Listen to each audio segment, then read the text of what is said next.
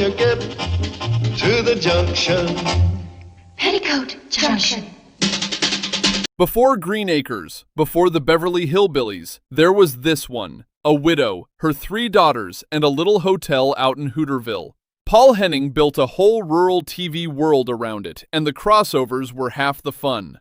I'm your conductor, Nostalgic Ben, and today we're finding out what happened to everybody.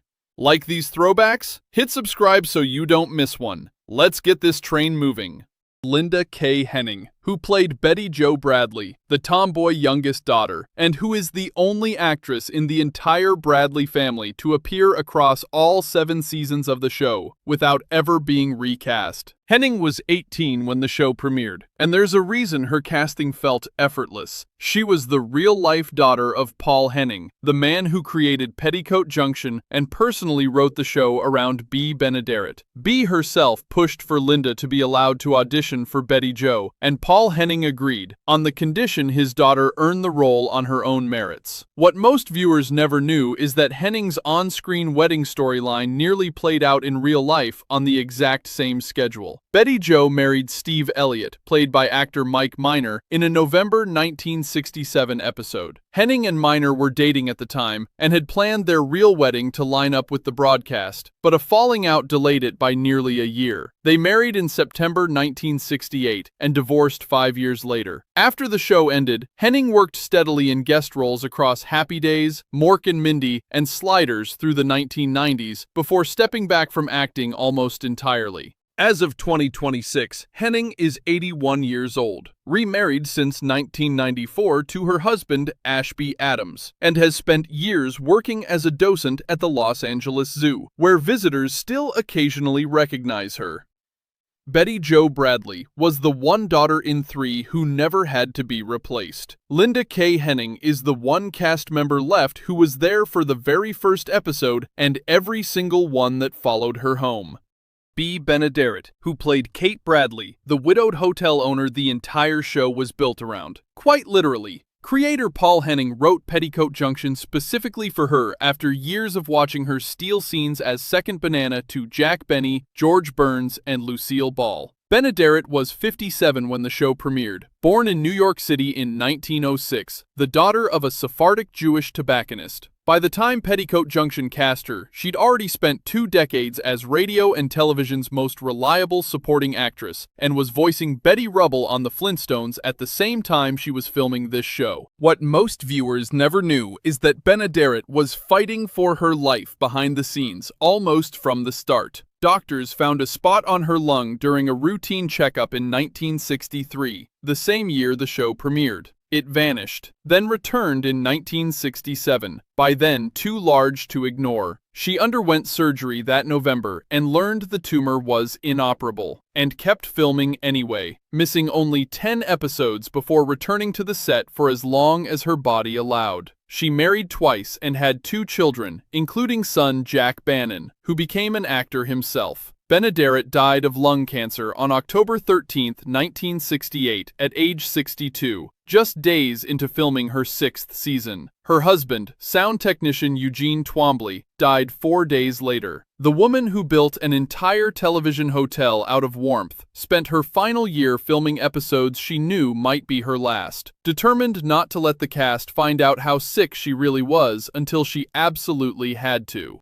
Jeannine Riley, the first of 3 actresses to play Billy Jo Bradley, the boy-crazy blonde daughter, a role she won over more than 300 other competitors who auditioned. Riley was 23 when the show premiered. Born in Fresno, California, trained for 2 years at the Pasadena Playhouse before landing small parts on Route 66 and The Man from UNCLE. She played Billy Jo for the show's first 2 seasons before walking away in 1965 to chase bigger film roles. What most viewers never knew is how hard typecasting hit her afterward. She landed steady work on Hee Haw once Petticoat Junction ended, and later admitted in an interview that the very shows that paid her rent also nearly buried her career. "It's tough to get out of that rut," she said years later, after a string of variety and rural comedy roles had followed her from one show to the next. She kept working through the late 1960s and 1970s in guest spots across Love American Style and a short-lived 1973 series called Dusty's Trail, reuniting her with fellow Bradley sister Lori Saunders one more time, this time as fellow stranded travelers instead of sisters under the same roof. As of 2026, Riley is 85 years old and has largely stepped back from the spotlight, though she published a self-help book in recent years aimed at women navigating reinvention later in life. Billie Jo Bradley spent 2 seasons chasing boys in Hooterville. Jeannine Riley spent the next 6 decades quietly proving there was more than one role in her. Gunilla Hutton, the second actress to play Billie Jo Bradley, who lasted just 1 season in Hooterville before finding a much longer home on a different rural comedy stage entirely. Hutton was 22 when she took over the role in 1965. Born in Stockholm, Sweden, and had moved to the United States as a child. She left Petticoat Junction after a single season to pursue other opportunities, and found her signature role a few years later as Nurse Goodbody on the country variety show Hee Haw, a part built around a running gag involving a doctor's office that she'd keep for years. What most viewers never knew is that Hutton's real-life romantic history included one of the more talked-about entanglements of the era. She had a long relationship with singer Nat King Cole, one that reportedly ended only after Hutton herself phoned Cole's wife, Maria, urging her to seek a divorce. Cole ended the relationship with Hutton shortly after that call. She released several singles of her own during her Hee Haw years, and stayed connected to the Petticoat Junction cast for decades afterward, appearing alongside several of her former co-stars in a 1983 Family Feud reunion special that pitted the Hooterville cast against the Brady Bunch. As of 2026, Hutton is 83 and has a daughter named Amber. The blonde, who lasted 1 season on the Cannonball, ended up singing on national television for far longer than she ever spent in Hooterville. Meredith MacRae, the third and longest-serving actress to play Billie Jo Bradley, who took over in 1966 and stayed until the series ended in 1970. MacRae was 22 when she joined the cast, born in Houston, Texas, on an army base where her father, Broadway and film star Gordon MacRae, was stationed. She'd already built a career of her own by then, playing Sally Morrison on My 3 Sons for 3 seasons before asking to be written off to chase other roles. Under MacRae, Billie Jo evolved from the boy-crazy blonde her 2 predecessors had played into a more independent young woman chasing a singing career of her own. What most viewers never knew is that MacRae built one of the more unusual second acts of any Petticoat Junction cast member. She left acting almost entirely in the 1980s to become a television journalist, hosting the interview show Mid-Morning Los Angeles for 8 years and winning a local Emmy for it. She married 3 times, including a 1969 marriage to actor Greg Malavy that produced her only child, daughter Allison, before ending in divorce. In January of 1999, MacRae began experiencing vertigo and memory loss. Doctors found a brain tumor, and despite surgery and an experimental drug trial she volunteered for, she died at her Manhattan Beach home on July 14, 2000, at age 56. She was cremated, her ashes scattered in the Pacific Ocean off the California coast she'd spent her whole life beside. The daughter, who spent 4 seasons dreaming of a singing career, built a real one in journalism instead, and lost it to a disease no rewrite could fix. If you're enjoying this one, hit subscribe. We cover a cast like this every week. Pat Woodell, the original Bobby Jo Bradley, the bookish middle daughter who spent her 2 seasons on the show quietly plotting an exit into music. Woodell was 19 when the show premiered in 1963, and made her mark early with in-show musical numbers, including a Beatles parody act called The Ladybugs that actually performed on The Ed Sullivan Show, a rare bit of real music industry attention for a cast member still playing a teenager on a sitcom. She left the series in 1965, telling the Chicago Tribune years later, "I was going nowhere with it. That kind of role is real depredation after a while." What most viewers never knew is how far Woodell pushed against typecasting once she left. She toured as a singer alongside Jack Benny, released her own album, and later took a starring role in the exploitation film The Big Dollhouse, a deliberate swing away from anything resembling wholesome Hooterville.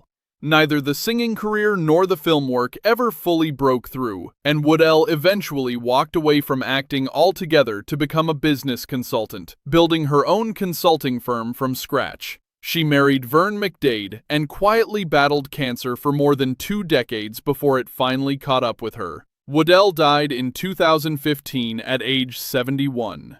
Bobby Jo Bradley spent 2 seasons planning her escape from Hooterville. Pat Woodell spent the next 5 decades finding out that leaving was only the beginning of a much longer fight.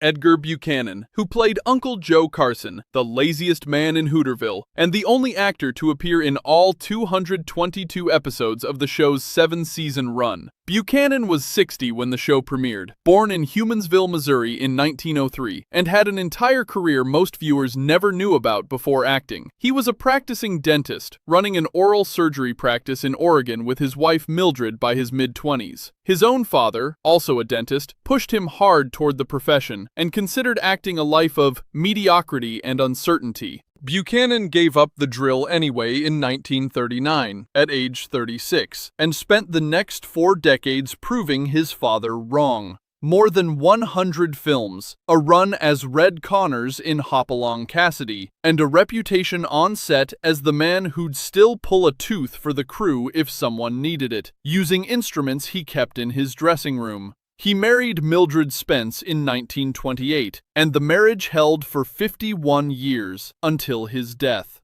After B. Benaderet died in 1968, Buchanan effectively became the show's lead for its final 2 seasons, running the Shady Rest Hotel alone on screen the way he'd once run his own practice.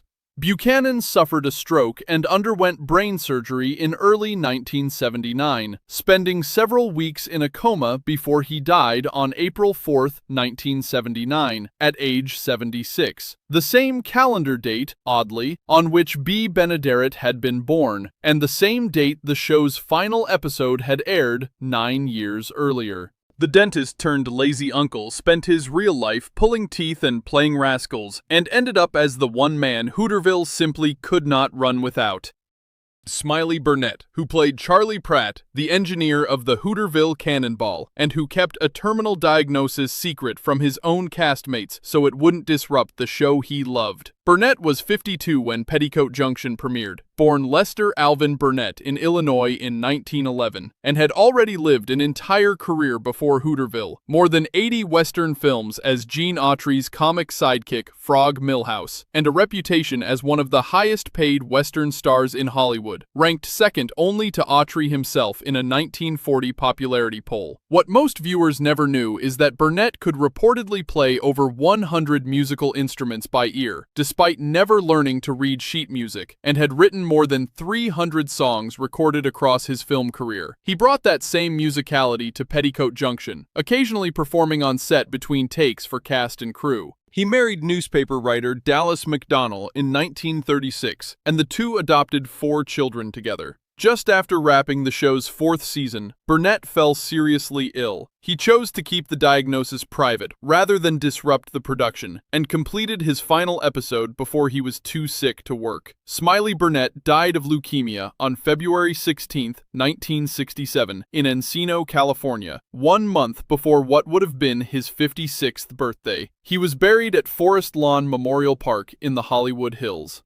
The engineer who ran a fictional train for 4 seasons kept the real clock on his own life a secret until it ran out. Number 9 is Rufe Davis, who played Floyd Smoot, the fireman, conductor, and occasional engineer of the Hooterville Cannonball, and who could imitate a train whistle so convincingly that it became his signature party trick, decades before television ever hired him. Davis was 54 when the show premiered, born Rufus Davidson on an Oklahoma farm in 1908, one of 12 children. He'd spent 30 years in vaudeville and B-westerns before Petticoat Junction, including 14 films in the Three Musketeers series, and was close friends with Smiley Burnette for decades before the two ever worked together in Hooterville. What most viewers never knew is how personally Davis took his friend's death. He and Burnette had become neighbors in 1966, taking apartments next door to each other near the studio, and were scheduled to perform together at Los Angeles' Shrine Auditorium the night after Burnette died in 1967. Davis took over Charlie's train duties on screen not long after. He married twice, most recently to the show's own wardrobe mistress, Nettie Jane Scott, in 1969. The couple spent his final years touring the country together in a camper, so Davis could keep performing at fairs and children's hospitals, the same kind of live audiences he'd been working since his vaudeville days nearly 50 years earlier. He suffered a heart attack in the fall of 1974 and underwent open-heart surgery. Rufe Davis died 11 days after his 66th birthday, on December 13, 1974. He's interred at Forest Lawn Hollywood Hills, where his wife joined him 25 years later. Frank Cady, who played Sam Drucker, the calm, reasonable general store owner who somehow anchored 3 separate CBS sitcoms at the exact same time, a feat no other actor in television history has matched. Cady was 48 when Petticoat Junction premiered, born in Susanville, California in 1915, and had already built a steady career playing Doc Williams on the adventures of Ozzie and Harriet for over a decade. From 1968 to 1969, Cady simultaneously played Sam Drucker on Petticoat Junction, Green Acres, and the Beverly Hillbillies, appearing as the same character, in the same town, across 3 different network shows airing in the same season. What most viewers never knew is how quietly Cady walked away from Hollywood once the Rural Purge canceled all 3 shows in 1970. He relocated from California to Oregon to be closer to his daughter, spent his retirement hiking as far as the Swiss Alps, and wrote occasional pieces for his local newspaper. He came out of retirement only once, for a cameo in the 1984 MASH spin-off After MASH, and again briefly in the 1990s Return to Green Acres, his final on-screen role. He married Shirley Cady, and the marriage lasted 68 years until her death in 2008. They had 2 children. Frank Cady died at his Wilsonville, Oregon home on June 8, 2012, at age 96, the longest-lived member of the entire Petticoat Junction cast. The steadiest man in Hooterville turned out to be the steadiest man off-screen too, quietly outlasting nearly everyone who ever shared a scene with him. Laurie Saunders, who took over as Bobby Joe Bradley in 1965 and stayed with the role for the rest of the show's run, 5 seasons, more than any other actress to play a Bradley daughter besides Linda Kay Henning herself. Saunders was in her early 20s when she joined the cast, having started acting in 1960 with guest spots on The Adventures of Ozzie and Harriet. Under her, Bobby Joe shifted from Woodell's bookish original into a more scatterbrained, comic version of the character, playing well against her on-screen sisters for the remainder of the series and becoming, alongside Linda Kay Henning, one of the 2 most consistent faces in the entire back half of the show's run. What most viewers never knew is that Saunders reunited with 2 of her former Petticoat Junction co-stars for one more rural comedy after this one ended. In 1973, she starred alongside Jeannine Riley in Dusty's Trail, a short-lived Gilligan's Island knockoff set on a wagon train instead of an island, which lasted only a single season. She's remained one of the most visible former cast members at Petticoat Junction fan events and retrospectives over the decades since. As of 2026, Saunders is 84, lives in Southern California with her longtime husband Bernard Sandler, and spends her time on photography, sculpture, and oil painting. Bobby Joe Bradley never quite got her happy ending on screen. Laurie Saunders built hers slowly, off-camera, in a studio full of paint instead of a train full of passengers. 11 people who built the Shady Rest Hotel and the Hooterville Cannonball on a Hollywood soundstage. 7 of them are gone now. A forest lawn mausoleum, an Oregon farmhouse, ashes scattered in the Pacific. A plot shared with a wife who followed 25 years later. 4 are still here, from a zoo in Los Angeles to a painting studio in Southern California. All of them still fielding the same question more than 60 years on. What was it really like on that train? If you grew up watching this show, tell me in the comments which Bradley daughter was your favorite, and whether you even noticed when the actress changed. I read every reply.